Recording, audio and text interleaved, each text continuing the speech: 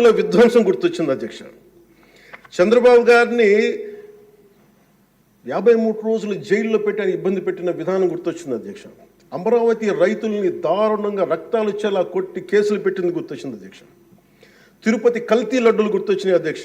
Abuse on women గుర్తొచ్చింది అధ్యక్ష.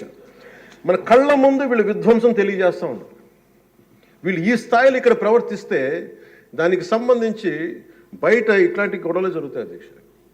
ఇది మారాలి అని చెప్పి మనం మాట్లాడితే ప్రజలు మనకి ఈ రోజున ఇంత అత్యధిక బలంతో మనల్ని ఇక్కడ నుంచోబెట్టారు అధ్యక్ష, ఇక్కడ కూర్చోబెట్టారు మనందరినీ. దీనికి గౌరవ ముఖ్యమంత్రి గారు ప్రదేశాలు చెప్తూ ఉంటారు. అలాగే ఇది మినిమం గవర్నమెంట్, ఇది మన నరేంద్ర మోదీ గారు చెప్తారు, గౌరవ ప్రధానమంత్రి, minimum government and maximum governance అని. దాంట్లో భాగంగానే చాలా గ్రేట్ అడ్మినిస్ట్రేటివ్ రిఫార్మ్స్ పట్టుకొచ్చారు.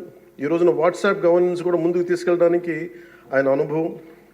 అంటే మేము ఈ ప్రభుత్వం చేస్తున్నది అధ్యక్ష, ఎక్కడా కూడా ప్రభుత్వం ప్రజలకి సామరస్యపూర్వకంగా ఉండాలి, ఎక్కువ సానుకూలంగా ఉండాలి, ఎక్కువ బాధ్యతలు పెట్టాలి, ఎక్కువ బరువు పెట్టకూడదనే విధంగా గౌరవ ముఖ్యమంత్రి గారి ఆధ్వర్యంలో నడుస్తూ ఉంది ప్రభుత్వం. మేమందరం ఆయనకి సహాయ సహకారాలు అందిస్తూ ఉన్నాం అధ్యక్ష. Governor his excellency Abdul Nazeer గారికి రాష్ట్ర ప్రభుత్వ అధిపతిగా గవర్నర్ హోదాలో శాసనసభను ఉద్దేశించి రాష్ట్ర అభివృద్ధి భవిష్యత్ నమూనాను దిశానిర్దేశం చేసినందుకు వారికి నా హృదయపూర్వక కృతజ్ఞతలు.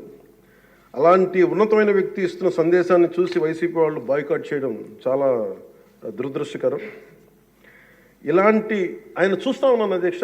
ఇట్లాంటి ఇబ్బంది పెట్టే సమయంలో కూడా ఆయనకు ఆరోగ్యం కూడా సరిగ్గా లేదు, జ్వరం వచ్చిన సమయంలో కూడా ఆయన ఎంత ఇబ్బంది పెడుతుంటే ఆయన చాలా సక్సెస్ఫుల్గా ఆయనకి ఇచ్చినందుకు మనస్ఫూర్తిగా వారికి నా ధన్యవాదాలు, నా కృతజ్ఞతలు తెలియజేస్తాను. చట్టసభలు దేవాలయాలు లాంటివి రాజ్యాంగాన్ని పరిరక్షించేందుకు 5 కోట్ల ఆంధ్రప్రదేశ్ రాష్ట్ర ప్రజల భవిష్యత్తుని నిర్ణయించే వేదిక ఇది. అలాంటి సభను హుందాగా నడిపించాలని కూటమి ప్రభుత్వం అధికారులకు వచ్చిన రోజు నుంచి తరచుగా చెప్తూ గౌరవ ముఖ్యమంత్రి గారు పదే మా అందరికీ దిశానిర్దేశం చేస్తూ ఉంటారు. గతంలో కూడా మొదటి రోజు కూడా వారికి ఎట్లా రావాలి పెడితే లేదు మనం ఇబ్బంది పెట్టొద్దు, వాళ్ళకి 11 సీట్లు వచ్చినా కానీ పాపం వారికి ఇవ్వాల్సిన గౌరవం వాళ్ళకి ఇద్దామని చెప్పి ఏ రోజు కూడా ఇబ్బంది పెట్టి గబుక్కుని ఒక మాట అంటుంటే గౌరవ సభ్యులు కొంతమంది ఇక్కడి నుంచి అలా చెయ్యొద్దు, అలా మాట్లాడకండి అని అందరినీ చాలా సున్నితంగా మందలించారు ఆయన. ఇట్లాంటి ఉన్నప్పుడు వాళ్ళు ప్రవర్తించే విధానం చాలా బాధ అనిపించింది. మేమందరం 164 మంది సభ్యులు చాలా బాధ్యతగా వ్యవహరిస్తున్నాం అధ్యక్ష. భవిష్యత్తులో కూడా రాజ్యాంగ పరిరక్షణ, రాష్ట్ర ప్రజల సంక్షేమం, రాష్ట్ర సమగ్ర అభివృద్ధి ధ్యేయంగా వ్యవహరిస్తామని సందర్భంగా గవర్నర్ గారికి శాసనసభ వేదికగా తెలియజేస్తాం. నిన్న సభలో గందరగోళం సృష్టించి సభ నుండి వెళ్ళిపోయిన 11 మంది ఎమ్మెల్యేల పార్టీకి సంబంధించిన ఎమ్మెల్సీ ప్రవర్తనని ఖండిస్తూ ఇందులో ఆ తప్పు లేనప్పటికీ కూడా గవర్నర్ గారికి ప్రభుత్వం తరఫున క్షమాపణ తెలియజేస్తాను అధ్యక్ష. గౌరవ శాసనసభ స్పీకర్ శ్రీ అయ్యన్న పాత్రుడి గారికి, సభలో ఆసీనులై ఉన్న గౌరవ ముఖ్యమంత్రి శ్రీ నారా చంద్రబాబు నాయుడు గారికి, మంత్రివర్యులకు, శాసనసభ్యులకు, శాసనమండలి సభ్యులకు, అలాగే సభ నుంచి వెళ్ళిపోయిన వైసీపీ సభ్యులు కూడా నా హృదయపూర్వక నమస్కారం.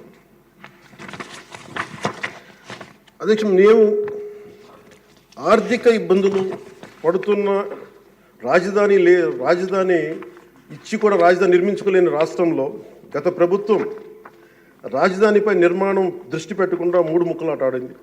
అభివృద్ధి కుంటుపడింది, ఆర్థిక స్థిరత్వం కోల్పోయింది. ఈ కారణంగా పెట్టుబడులు మందగించాయి, అధికార దుర్వినియోగం, క్షీణించిన శాంతి భద్రతలు, మౌలిక సదుపాయాలు, కల్పన వైఫల్యం కారణంగా రాష్ట్రం తీవ్ర సంక్షోభంలోకి వెళ్ళిపోయింది. ఇలాంటి సమయంలో గౌరవ ముఖ్యమంత్రి శ్రీ నారా చంద్రబాబు గారి నాయకత్వంలో ఆయన ఈ సవాళ్ళను అధిగమిస్తూ